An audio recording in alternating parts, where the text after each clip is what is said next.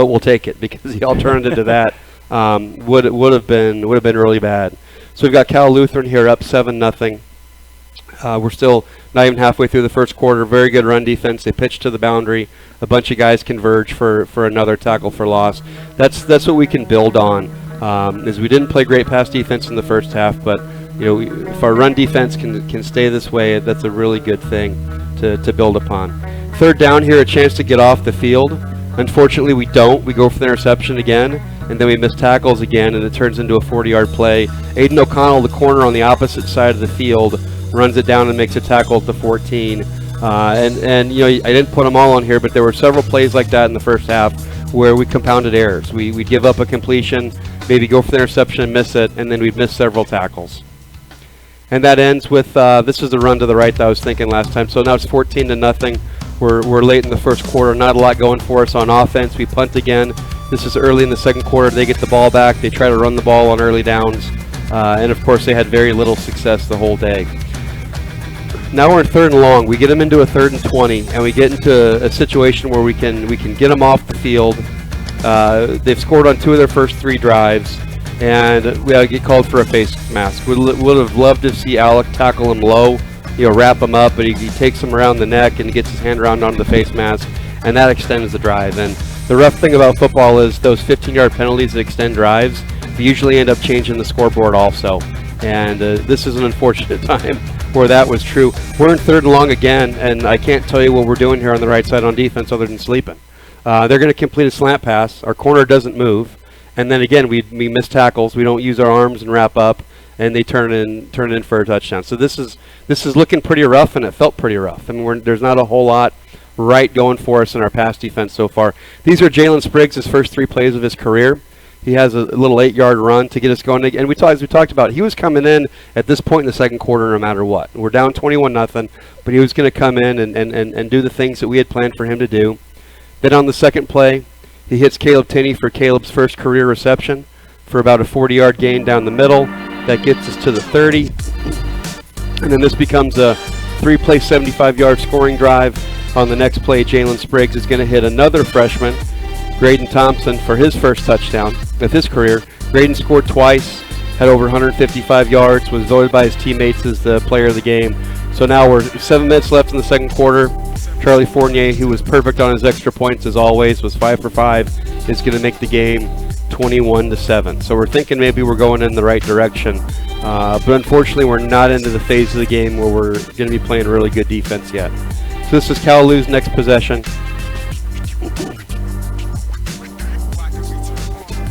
Mid down, second down play. Good defense again on the run. Blaine Corkin coming off the edge. Blaine's our weak side linebacker.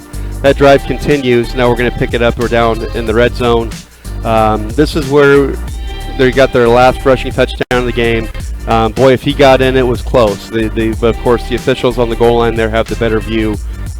Looked from my vantage point that we held them out, but they gave the credit for the touchdown, and now we're 28-7. This is our next possession now. We went right back with Jalen's package of plays. He comes out slinging it again, throws it to Graydon Thompson for a big first down. Across midfield over to the 40-yard line. Just a couple plays later, well actually this is the next play, a cloud decided to come in. That's why the screen changed. A cloud appeared in California. So we're, after a penalty, which knocked us back to the 50, we're now in second and long. Really nice throw to Graydon Thompson again, down to the 20. Here's the next play I'm talking about. We're in scoring range. We're in the red zone. We're going to make it 28-14, and we snap the ball over Jalen's head. He's not able to find it, and that's how our first half went. In 6 plays there, we went 145 yards, 150 yards in 6 plays. Things were going really well. Off of that turnover, they drove it down, but we're starting to stem the tide here. Pardon me, especially with our run defense, and so you're going to see our defense pull them out of the end zone. And then we're going to hold them to a field goal attempt. I believe that was their 3rd down play. They ran it a few times. Now this is going to be their 4th down play. And they're able to tack on this field goal. So we thought we'd be proud. We felt like we're down to 20. Momentum-wise, we're going into halftime at 28-14. After that turnover, we're going in 31-7. So we get the ball to open up the second half. Damien's back at quarterback. Again, nothing controversial about that. Nice run by Colby Bartlett on third down for 12, 13 yards for the first down. That drive unfortunately stalls, and here's a block punt. Several issues with this. It was a slow and high snap, and our guards, our interior linemen on that, did not make the protection call that we needed to. So that's a totally avoidable play, a complex mistake that turns into a touchdown for Kowloon. So it's 38-7, barely 3 minutes into the second half. And from here on out, it's going to be all Pirates. Very little for Kowloon. This is our ensuing drive.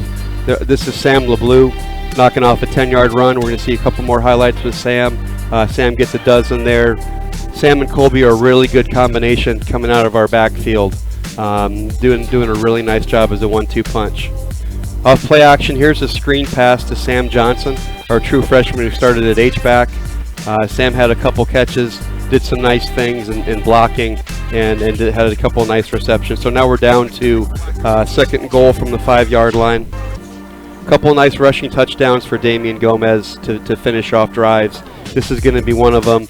We're going to fake the sweep, run a little counter action. Anderson Johnson, our left tackle, pulled and just annihilated their defensive end. If you saw that helmet rolling, it's because he smacked that guy pretty hard and knocked his helmet off.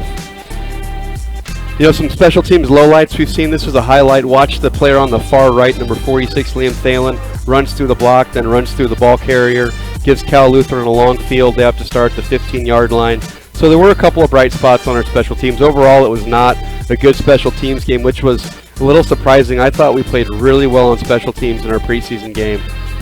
We definitely have to do better. After a penalty, they're in 2nd and 15 now. They try to throw a little screen, a really nice reaction by our corner, Jamarcus Ross. That's going to be a no gain. That's going to put them in 3rd and 15. We're going to get off the field. They're punting from fairly deep. Our offense gets the ball pretty close to midfield. Here we pick it up. We've got the ball down to their 42-yard line already. It's 38-14 at this point. We run a little razzle-dazzle, a double reverse pass to Mitchell Garrett. They actually cover it pretty well, but they interfere with Mitchell, and he grabs it anyway. Just a great catch with the guy literally hanging on him, fouling him down to the 4-yard line. Gives us 1st and goal at the 4, and we're going to take it in on the next play. Damien's going to do it himself again.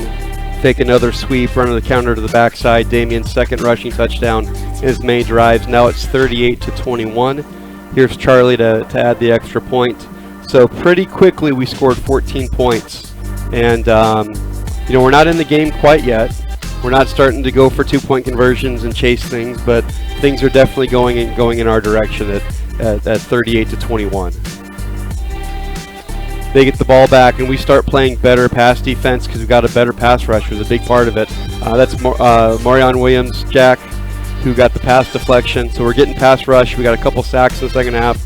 Now we're into the 4th quarter. Early in the 4th quarter, we fake the run up the middle, and there's Colby Bartlett again with the 30-40 yard play from Damien. That gets us down close to scoring territory. 3rd and 10, trying to extend this drive. Really nice throw to the curl area to Coleman Robertson, who got his first start of his career at wide receiver. That gets us to 1st and goal inside the 10.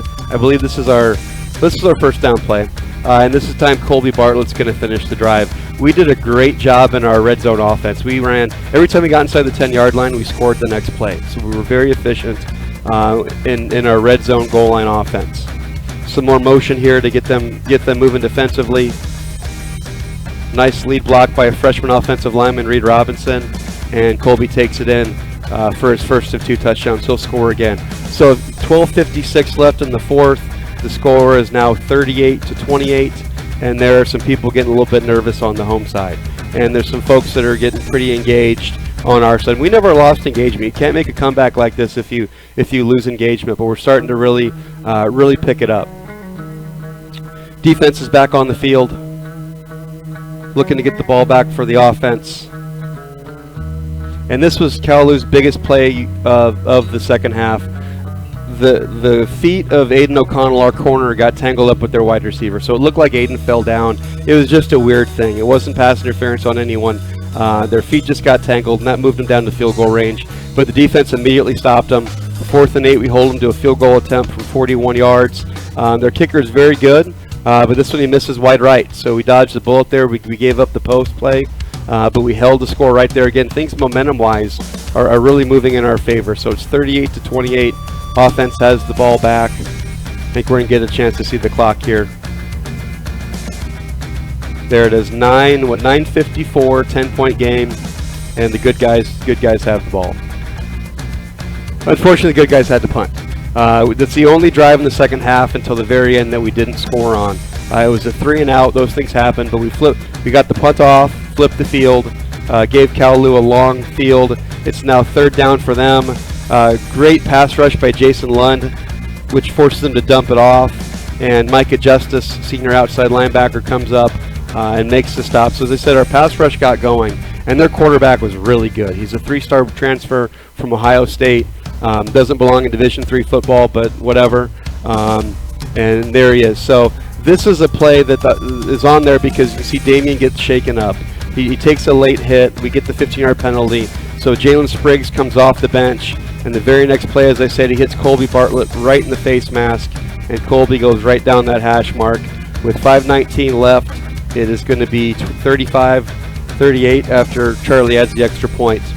The other thing that didn't go well other than that post route was this kickoff coverage where we lost contain. As you can see, they're going to get the ball down the sideline on us, and they manhandled us on that one. That was not very good coverage. They've got the ball past midfield. So our defense has to slam the door and keep this thing to a 1-score game. So we're 3rd down, 3rd and 5. They have the ball at the 10-yard line. This is a really big play. And they scored on the same play in the first half where our defense hardly moved. This time Jamarcus moves. He undercuts a slant route and knocks it away, which holds them to a field goal attempt. It's a shorter field goal attempt.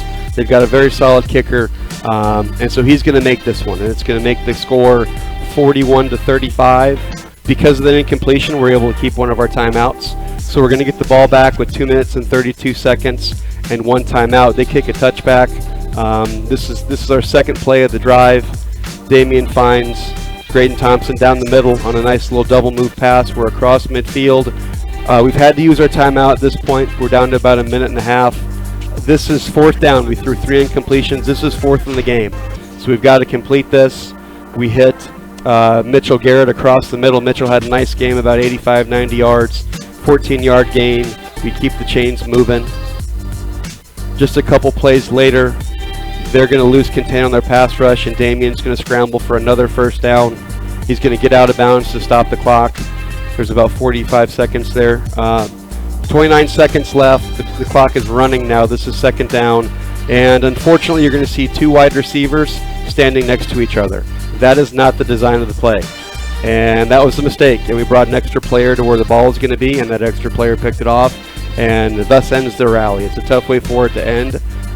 It ended on a mistake. We had a wrong route. 2 players running the same route, taking extra defenders to where the ball is. But it was still, it was a really fun comeback. It was fun to see the energy. It was fun to see us really get on a roll and put a lot of good things together. Yeah, it's funny that you mentioned about how the Cal-Lutheran fans are starting to get a little nervous watching their broadcast. We talked about that a little bit last week. Their broadcasters are getting a little bit nervous. They could feel the momentum shifting. If you can feel that over watching a broadcast from half a country away, I can't imagine what the mood was like there in the sidelines for you guys. Well, the mood was never bad because I think we knew we're a better football team than the way we played early on. And again, if we lost our engagement and lost that fire, that drive to compete, then we wouldn't have been able to put ourselves in that position to make a comeback. Well, Cal Lutheran had 418 total yards, but 325 of that came in the first half. Southwestern defense allowed just 93 yards in the second half. If they don't stiffen up, that comeback never happens. That's something we didn't really talk about that much. But talk about what your defense did differently in the second half. We played better. Tackled better. Simple as that. We saw the 2 slant routes. Right. They ran the same play. In the first half, our corner just watches the guy catch it. In the fourth quarter, he undercuts it and almost intercepts it. Mm-hmm. I can't explain that. I don't know. We played better. There's not a whole lot of coaching adjustments because we only have what's in our playbook. Right. We're running the things we prepared for that game. We're running the things in our playbook.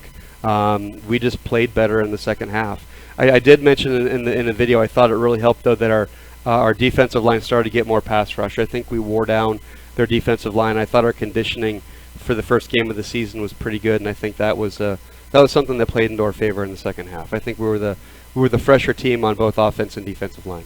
Well, you said this. You've always said there's no such thing as a good loss, but you said this is the most fun you've ever had in terms of a loss. How important was it to fly back on the plane, having come back like that? Even though you came up just a little bit short, that's got to be a big difference in terms of confidence to come back after a close loss. You could have been blown up by 30 or 40 points, and that didn't happen. Well, it's not fun now. It was fun at the time. The competition was fun. I mean, I love to compete, right. And I loved seeing our guys go out there compete too. So it was fun at the time. After the game, it goes back to, boy, we got to own that first half, and we got to make a lot of adjustments.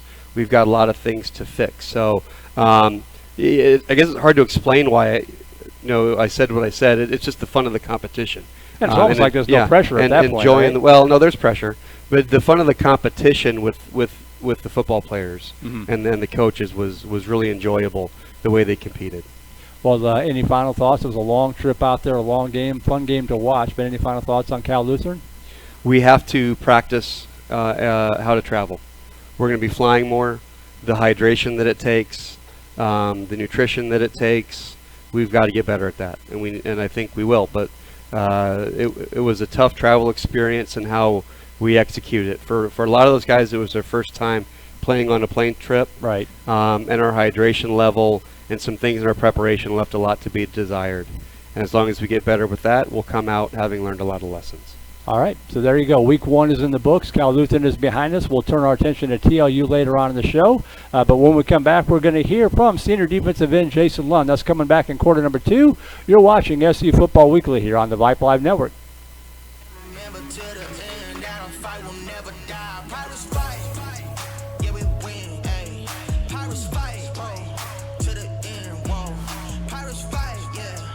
You were invited to the Pirate Football Pep Rally, Friday, September 8th, 7:30 p.m.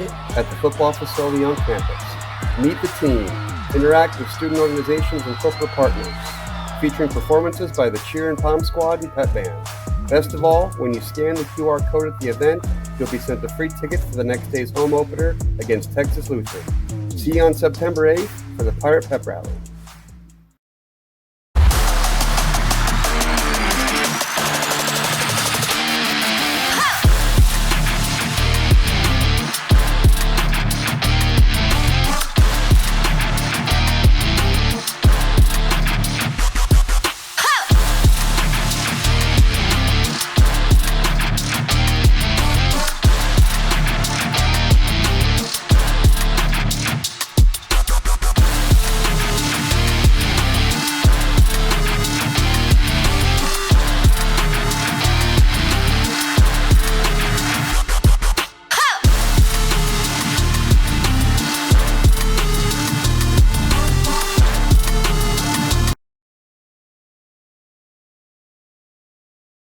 Here from Jack's Lounge inside the beautiful Georgetown Sheraton in Georgetown, Texas. I want to thank some more of our sponsors: John F. Lewis CPA, Mighty Fine Burgers, Fries, and Shakes, Minuteman Press, Primerica Financial Solutions, Rudy's Barbecue, and Schlotsky's of Georgetown. And we're joined now here in the second quarter by senior defensive end Jason Lund. Jason, introduce yourself, tell the folks where you're from and all that kind of stuff.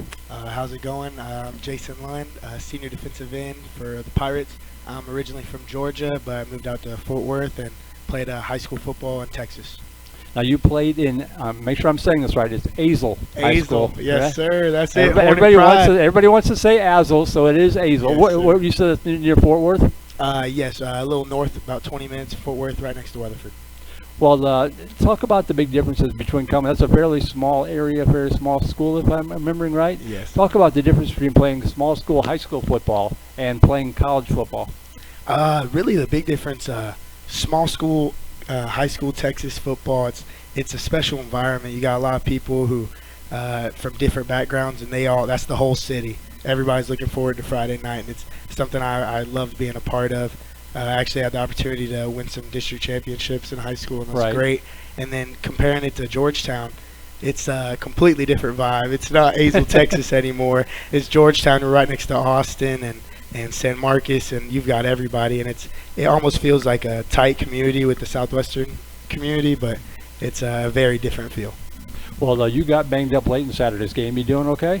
Yes, I'm doing a Okay, lot good. better. It's, You didn't full look too body happy on the cramp. sideline. I could see you in the background back there, so that's good to hear. Right. Yeah, well, that's good to go. So what attracted you to Southwestern coming all the way? You know, recruiting is such an interesting thing. It's easier, I think, with some of the high schools here in the Austin area to know about Southwestern. When you start to spread out across the state, I know the staff does a great job, but what brought you to Southwestern? Really what brought me to Southwestern is the environment. I wanted to play college football at the higher level, and I had a teammate who went here, Peyton Vaughn, number 7 Right. from last year, and that was one of my better friends. And when I had the opportunity to play football at Southwestern, I didn't look back. I took it upon myself because the best place for education and to play football at the higher level. Well, talk about your experience a little bit now that you're a senior. You've had a few years under your belt. Talk about that experience in general here at Southwestern. Has it sort of matched up with your expectations, maybe even exceeded the expectations? Originally when I came in, it was 2020. We were still dealing with a lot of COVID and masks, and it was a little rough. I think it was a growing time for a lot of people in the community, but I would like to say last year, my junior season, was probably the most fun I've ever had at Southwestern University. It's like the spark of community's coming back, and everybody's you can see everyone's face, and there's a sense of community in the air, and I really just love it. Really excited for this senior year, and already with this special group I have of my teammates, I'm really looking forward to it. Well, I noticed that you're a member of the National Honor Society in high school. Talk about that challenge a little bit of balancing academics and playing high-level college sports. Talk about some of those challenges a little bit and how different that adjustment was. It's tough. Southwestern is no joke. Definitely rigorous academically, and you just have to find that time. I try to get it done before practice, before weights, because come 9, 10 o'clock when I'm leaving practice, I have to think about eating and sleeping. You don't really have much time for books, so you try to get it in during the day, and any off days you can try to make up on readings. And great thing about Southwestern is it's very tight-knit, so my professors are typically very understanding. If I need to shoot them an email or let them know my situation, they'll usually help me out. Okay, so the show is a confessional. What was it like on the plane flying out to California? Were people cracking the books, or were they goofing off playing video games? No. Personally, I was still recovering from those cramps, so I was like locked into my plane seat, not having any kind of fun.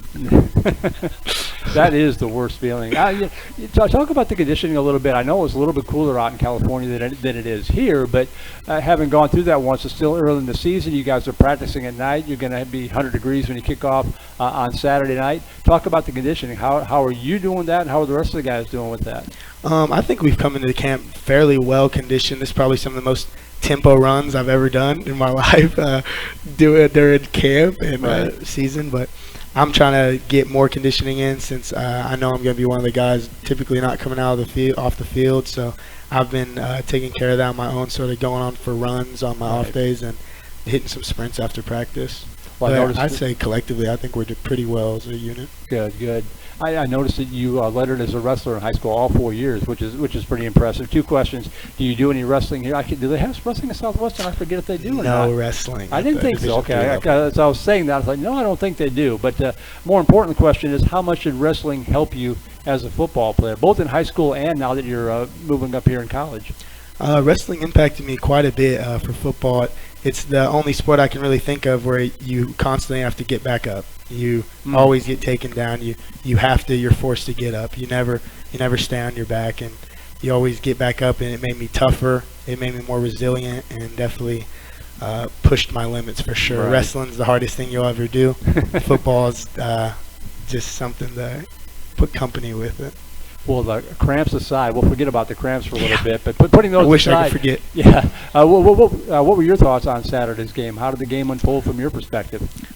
Pulling from what Coach Austin said, that's probably the most optimistic I've ever felt about a loss in my life. I was telling my senior linebacker, Alec Gomez, that just the other day, just today actually. Because first half, exactly like we saw in the highlights, it wasn't special. It wasn't very great. We were doing our stuff in the run game, but we were still having lapses in our focus, in our technique, and especially our tackling defensively. I try to just control what I do on my side of the sideline, but the way we rallied that second half just as a team, offensively, defensively, I thought it was something special.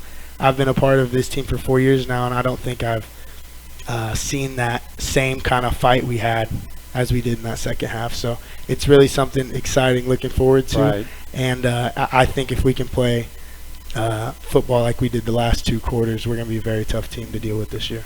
Well, you kind of led to the next question. And what are you hoping to improve on the most on Saturday, either individually or as a unit or both? Individually, I sort of had 2 penalties. I think one was an accident, but before I cramped up, I sort of may have held the tight end a little bit. So that's I can definitely do that myself. But as a unit, I think we just need to tackle and be in the right spot, be where we're supposed to be. Well, I may have asked you this when you were on the show last year, but you've had another year now. So what is your favorite memory as a student here at Southwestern, either on the field or off the field or even both? I would have to say probably some of my favorite memories have been from this last camp we just had. We had a bunch of team building activities. We had a big pool party. We did Family Feud with my defensive coordinator as the host, Steve Harvey. So that was a favorite of mine. But probably my favorite thing was the talent show, getting to see all different sides of everybody from the team. Not many talented guys on the team, but there's a lot of fun individuals that I love to call my teammates. Well, if you could go back in time, and I may have asked you this one last year as well, if you could go back in time, what would you tell yourself with the freshmen coming in? Obviously, like you said, it was a weird time with COVID going on. Right. But, what would be the advice you would give your younger self? Wow, I would have to say stick through it. I know I really wasn't a big fan when I really came in just because of all COVID, and I'm a very personable person. I was sort of struggling at that time, but just stick with it. It gets better, and keep working your techniques on football for sure. Well, I noticed on the bio on the website that your favorite food is sushi. I didn't know that was even allowed on a football team. I thought it was all red meat, uncooked. Oh, no. Especially for the man. defensive guys. No, the sushi's great for you. You got the protein, rice, carbs, vegetables. You got everything in there. There you go. Smart guys here at Southwestern. Oh, yes, sir. He was ready for that one. What are your plans after graduation as your college career winds down here? So as I'm finishing up my majors, I'm in my kinesiology capstone this year and get my degree in kinesiology. But I had enough credits finishing my minor last year, so I'm going to double major in business as well. Oh, very cool. And so I'm going to try to just take what I've learned and try to get with CCPD and find something out of Southwestern. Very cool. Well, any shout-outs that you want to give, anybody that you want to thank for the 4 years here at Southwestern? I'll shout out my defensive line, Death Row. Shout out my older brother, Jake Lund and Angel, on their birth of my nephew, Elijah Allen. I want to say congratulations to them. And sort of wanted to introduce my next guy coming out, Country McCaffrey. That's what I like to call him, Colby Bartlett. He's going to put people on notice this year. It's one of my favorite teammates I love going to work with. He's a tough guy, and he runs the ball like no other. Very cool. Well, good luck. Hope you get feeling better throughout the week. Good luck this Saturday, and thanks for coming out tonight. Yes, sir. Thank you. Go Pirates. All right. Mr. Jason Lund, senior defensive end, our first guest here. Hang tight, and then we'll take a break here in just a second. When we come back, Chuck Tracy will take the helm for Tracy's Corner, and he'll speak with the aforementioned Colby Bartlett. That's coming up right after this break. You're watching SU Football Weekly here on Vype.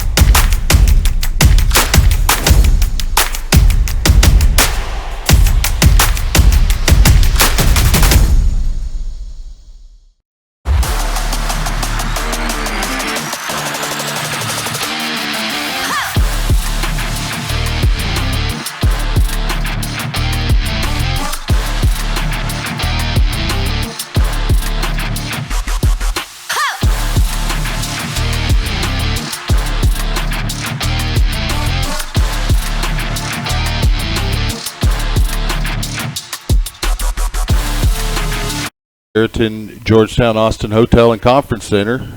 Joining me is Colby Bartlett. He's a junior running back here for the Southwestern University Pirates, and as the aforementioned or previous interview by Jason Lunn, he mentioned a nickname, Country McCaffrey. What do you think about that? I like it. I think it's got a good ring to it, you know. I like it. I like it. So you played at in high school at Godley? Yes, sir. Godley, Texas. Is that in the country? That is very much in the country. Very much in the country. Yes, That's sir. near Fort Worth as well. Around Fort Worth. How close is it to Azle? Let's see. We actually played Azle in baseball sometimes, so it's probably about 30, 45 minutes. So you didn't play against Jason in high school, though? No, sir. Not in football. Okay, well, let's talk a little bit about the Cal-Lou game, and you know, maybe we'll come back to your nickname in a little while. You heard Coach Austin talk about the game. You heard your defensive player of the game talk about Saturday's game. What are your thoughts on Saturday's game? Well, don't want to beat a dead horse here, but like Coach and Jason said, we can't come out in the first half like we did coming this Saturday. If we play in the second half like we did in the first half, you know, that's a completely different ball game. You know, we're probably coming out with the win. So I think we just got to come out fast. We got to execute our base stuff like we know we can. So, despite the loss, how can you build on that rally towards the end of the game? You know, because really all cylinders were hitting offensively. The defense stepped up at that point. How can you build on that rally there? Yes, sir. Now we've shown that we're never out of a game. No matter how far we're down, you know, after this game, we know that we're still in it. Doesn't matter the score. Doesn't matter what point in the game it is. We know we can come back from it. We know we can execute. We just got to do it earlier. Okay, so you had stats-wise, you had 18 carries, 73 yards, 2 touchdowns on that one reception that Coach described hitting you in the face mask. How easy is it to catch a ball like that? Oh man, that's perfect. Jalen put the ball exactly where he needed to, hit me in stride, and then it was parted like the Red Sea. Nobody in front of me. It was perfect. Well, and speaking of stats, I did a little bit of looking into your background as much as I could. You know, I found out that I was interviewing sometime late this afternoon. You were a two-way player in high school. You had close to 4,000 yards offensively, 35 touchdowns in your high school career, and 180 tackles. We've seen evidence on TV of two-way players even at the collegiate level recently as this weekend. Do you miss playing defense? Well, at the time, you know, coming in high school, I didn't enjoy defense as much as offense. You know, everybody wants to score touchdowns. That's the most fun. Sometimes I do look back and think, man, I wish I could go out there and, you know, get a sack, get a tackle for a loss. In the heat of the moment? Oh, yeah. But it sure is tough playing both ways. So what did Always you on the play field. defensively in high school? I actually played middle linebacker for the Okay. most part. So captain the defense pretty So much. you were the running back and the middle linebacker. Yes, That's sir. pretty impressive. Yes, sir. Do you plan on lobbying for any time defensively? Well, if that's what the team needs, then I'll do it. So if coach approaches you and says, "Hey, we need you to play a little bit of outside linebacker or inside linebacker," you're up for the challenge. Yes, sir. Absolutely. Excellent. When I was doing research on you, I read an article in the Cleburne newspaper. It was related to your recruitment and signing here at Southwestern University. Your coach described your work ethic and preparation as, quote, a blueprint of how to work, how to maximize every bit of talent you've got. How does it feel to leave a legacy like that at Godley, where your coaches are praising you like that? And how do you continue that, or how have you continued that here at Southwestern? Yes, sir. Well, first, got to give a shout out to Coach Lowry. I'm pretty sure that's the coach that made that Yes, quote. Curtis Lowry. Curtis Lowry, yes, sir. You know, I have nothing but respect for that man. He came into my program my junior year, and he really set the culture and instilled it into Godley. And it's always nice to be the building block that future generations can look back to. And it really has instilled in me how giving that work ethic and working hard like that is really just the bare minimum, especially at the collegiate level. If I said this in one of our team meetings, if you don't want to work hard, then you can just get out because we don't need you here. Right. This isn't the place for you if you're not willing to put in the time and effort that all of the other teammates are doing. Exactly. So despite those great stats in high school and the obvious production you've given here at Southwestern, your recruiting process was a little bit slow, right? Sure. Now you had several offers. What made you choose Southwestern over those other schools? Right. Well, mainly was location. You know, it was either here or Hendricks, who we actually played this year, but I was not really wanting to go all the way to Arkansas. So I decided to, you know, keep it in Texas, stay close to family. Georgetown is also just a great area. It's a small town, so it's similar to Godley in a way. And that's really what got me here, is the academics and the location. Now, do you have a chip on your shoulder as a result of that lack of recruitment? Well, I wouldn't say a chip on my shoulder. I think I've kind of always played how I know I can play. And, you know, with these guys around me, it makes it a lot easier to do that because I know I'm always going to have their support. So I wouldn't say it's a chip on the shoulder. I'd say it's just another motivating It's factor. just going back to what Coach Lowry, your high school coach, said about your work ethic. Yes, You know, sir. that's just the way you roll, right? Yes, sir. Okay. Now, I noticed that you have a same major as Jason Lund, kinesiology. Your minor is in exercise and sports studies. So I always ask every player I interview about staying with the sport. Is that your plan? Is it to go into coaching? Yes, sir. It's so not necessarily football coaching, but I do plan to be a strength coach. So after I graduate, hopefully get a graduate assistant spot somewhere so I can continue my career in being a collegiate strength and conditioning I was going to coach. say at the collegiate level, Yes, because sir. at That's the high school level, you can be a strength coach, but you're also going to coach D-line or linebackers or something like Yeah. that as well. So in your past training and preparation for football, I noticed in an article that you had you trained with someone that would be somewhat famous in this area. Who's that? That would be Jonathan Gray. So how long have you known him? How do you know him? And how's that relationship? Well, I first got in contact with Jonathan back. I had a old recruiting guy that I had. He worked with Jonathan before, and he kind of introduced me, made that connection for me. And I've been training with him since summer going into junior year of high school. So I've known him for a long time. He's a great guy. I respect him a lot. He just had a baby, actually. So he trains me every summer, every winter break. He's a great guy. I honestly wouldn't be where I am physically without him. So yeah, and you could see that in the article because you were giving him credit as well. So let's talk a little bit about non-football related stuff. What does Colby Bartlett do in his spare time? What are your hobbies? When you have downtime, what is it that you're doing? Usually, you know, guilty pleasure, just like to play video games in my free time. I play with my roommate, Demetrius Elko, who's a junior here as well. You know, we play Xbox all the time. Just kind of hang out. It's always a nice brotherhood time to hop on with some teammates and just play some games and relax. What games do you play the most? Probably Call of Duty. It's probably the main one. Call of Duty, some NBA 2K. You know, some kind of basic games, but they're always a lot of fun. You're not trying to bring offensive plays from Madden over to the offensive coaches, are you? No. Okay. Just want to make sure. And so is that just it? It's just, you know, I'm going to relax, play a little video games. You got some favorite TV shows? I actually do. You know, Jason does as well. We watch a lot of anime, some Japanese TV shows. Any particular show? One Piece. I was going to ask One yes, Piece sir. if that was it. That's number one. My children are really into the anime as sir. well. Okay, well, this question was mentioned to me after last week's interview, and it's one that's often asked to people in interviews, but I think it gives a little bit of insight into that person, their background, and personality. So if you were given the opportunity to have dinner with anyone famous or in the history of humanity, alive or currently or no longer with us, who would that be? Well, I don't know how exactly famous this person is to everybody, but it's an author by the name of Tim Grover. He has written the book called Relentless and also Winning, and those are two of my favorite books of all time. It's a lot into sports psychology and sports psychology and, you know, how to have a dominating mindset, how to have a winning mindset.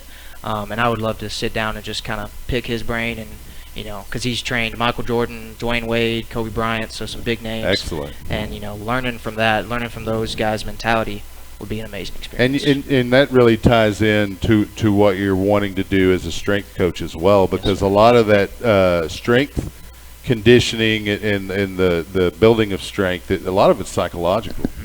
Yep. Yes, sir. So, do you have any shout-outs you want to give? I know you already shouted out your high school coach, but anyone else you want to give a shout-out to before we let you go? First, I'd like to thank you all for giving me this opportunity to come out here. It's been a great experience, first time doing it. Of course, got to thank God, got to thank my family, Amen. and thank my girlfriend, too. She was just down here, so thank all those people. Does she attend Southwestern? No, sir. She's at A&M. Is your high school sweetheart? Oh, yeah. 8 years. Awesome. Congratulations, Thank you, brother. sir. It was good to talking to you, Colby. With Country McCaffrey, that's the Yes, sir. nickname. We'll be right back for quarter 4 with Merle Bertrand and Coach Austin here on SU Football Weekly at the Sheraton Georgetown Austin Hotel and Conference Center. Stay with us.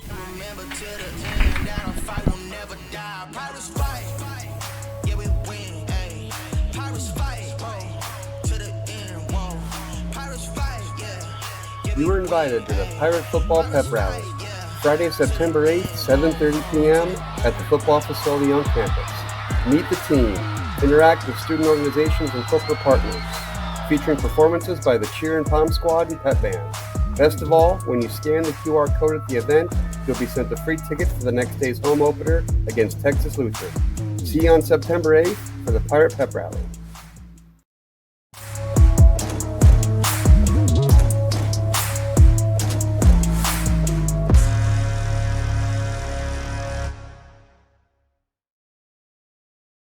Pirates fight for Osai.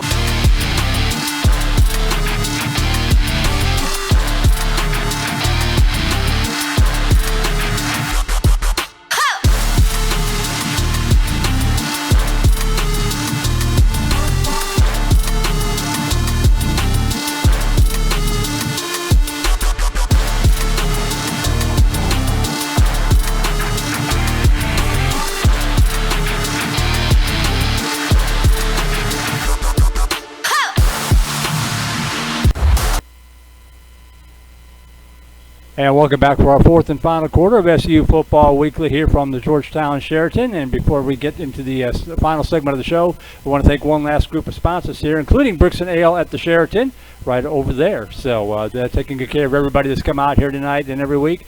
Stephanie Featherstone with State Farm, Georgetown Shirt Company, HEB of Georgetown, House of Gains, Ross and Champion CPA, GTX Wealth, Jersey Mike Subs, and the League Kitchen and Tavern. Thank you to all those folks for supporting Pirates football here. So Coach Austin has joined me back up here on the stage, and Coach, from CLU to TLU, the Pirates' second and final non-conference game comes against an old SCAC and ASC rival in the Texas Lutheran Bulldogs.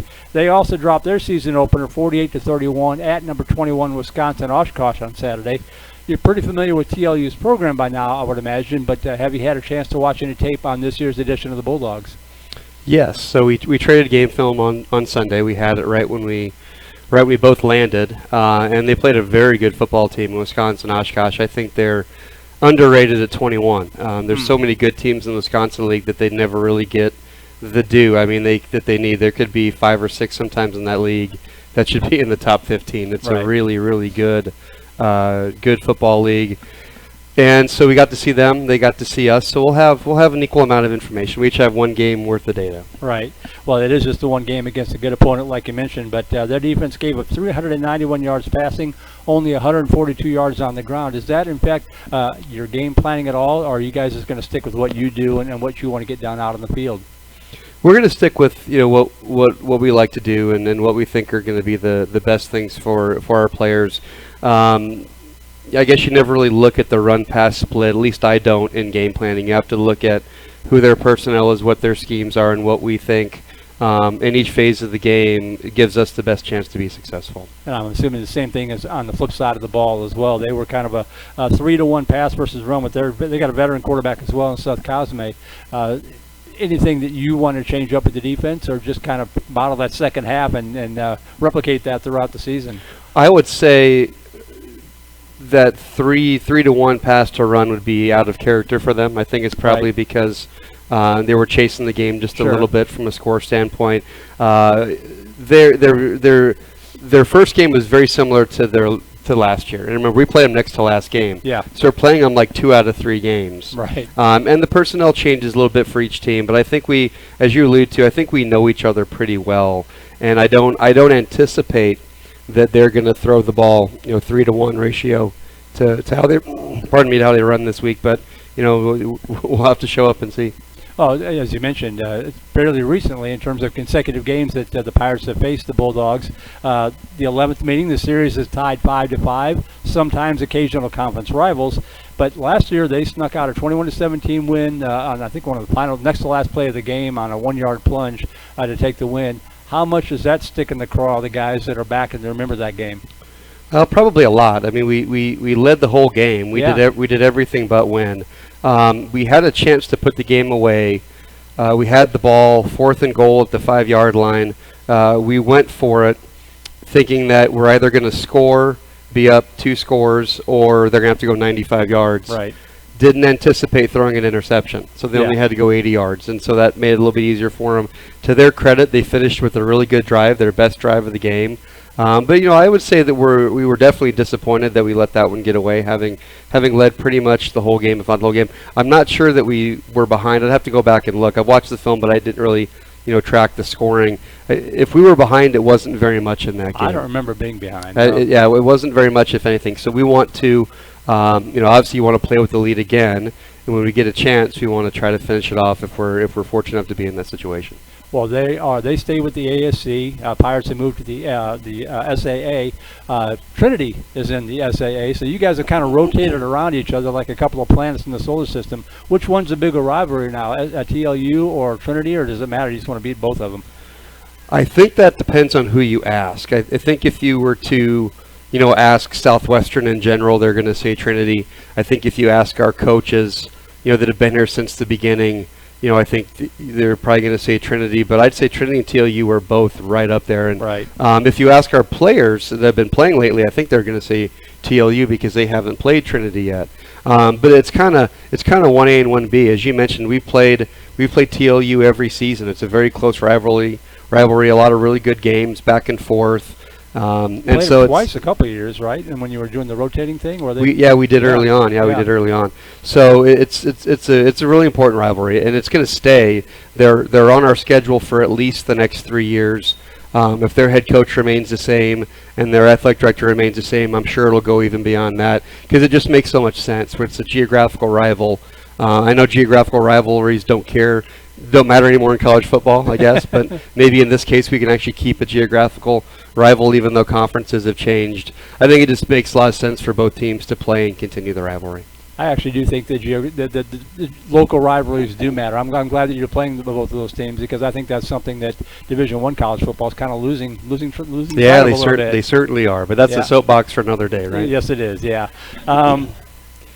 Somebody asked me about that. To ask you your thoughts on that. Well, we'll say that maybe for the bye week or something like that. Talk about the pep rally coming up. We played the commercial that you sent a couple of times, but we got a graphic here to throw up on the screen. Talk about the pep rally coming up, home opener coming up on Saturday night.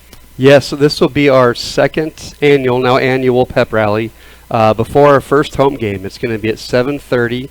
Outside of the football building at Southwestern, and we're doing it there because that's where the stadium's going. Right. And we got to get everyone used to coming to that location for football stuff, for football games, football events. So there's going to be a T-shirt station. There's going to be a game for Southwestern students throwing the football game like a Dr. Pepper can game. They're going to give away $750 in prizes. We're going to do a raffle for a big screen TV. You're going to get to meet all the players, introduce all the starters. The pep band's going to perform. The cheer and pump squad's going to perform. Just your typical pep rally. Right. Getting everybody excited for the first home game. And it'll be nice and cool because we're waiting until the sun's going down. And when the sun goes down at 8, it's going to really be a fun evening for everybody. Yeah, and if you do come, you're going to get you sign up for the event, scan the QR code, you're going to get emailed a complimentary ticket for the game the next day. I don't want to leave that detail out. There you go. We always like to talk about events that are happening in conjunction with the game. That's the pep rally before the game. But are there any special events coming up at the stadium during the game? Groups that you're honoring or anything like that? I don't think so. I mean, the first home game's kind of an event all into its own, and so tailgating will be going. The team parade is always 2 hours before. We always park at the back of the tailgating section, come right down through the row where our parents typically stage. That's always a fun event. Our cheer team will be leading us through there. Drums from the pep band will be leading us through. Always a good time with that. Well, the heat is back. We're back up over 100 degrees, but it is a night game. It's the only night game on the schedule at It's home, only night correct? game, yeah. Yeah. Be a lot more day games because of the travel in the new conference. Right. It's a lot harder for teams to play at night. So any final thoughts with Texas Lutheran coming to town on Saturday night? I just say we're hoping to pick up where we left off and play like we played in the third and fourth quarters of the game at Cal-Lu. And if we can do that and make improvements, we'll be good. Both teams are going to be better. The improvement that teams make between their first two games is always huge. And so I'm sure both teams will play better than they played the week before. Hopefully we can be the group that makes the biggest improvement. Well, we will find out. Pirates versus Texas Lutheran Saturday night at 7 o'clock from Burkebach Field. 7 o'clock, correct? Mm-hmm. Yep, that's what I thought. That's when I'll be there. Yeah, they're not going to start without him. So 7 o'clock from Burkebach Field inside the Georgetown ISD Athletic Complex. It'll be our first Pirates broadcast of the season here on Vype. We're just doing the home games this year, so we'll be shaking off the cobwebs as well, but we'll be on the air at around 6:30, 6:45, somewhere in that neck of the woods with the pregame show on Vype.com. And you can also find the link on the football schedule at southwesternpirates.com. So we'll be back with you from Jack's Lounge a week from tonight, every Monday night throughout the course of the season at 6 o'clock for our next edition of SU Football Weekly here on Vype as well. Thank you to our guests tonight, Jason Lenn and Colby Bartlett. Our producer, Jack Farrell. Nice job, Jack. Chuck Cracy with Cracy's Corner.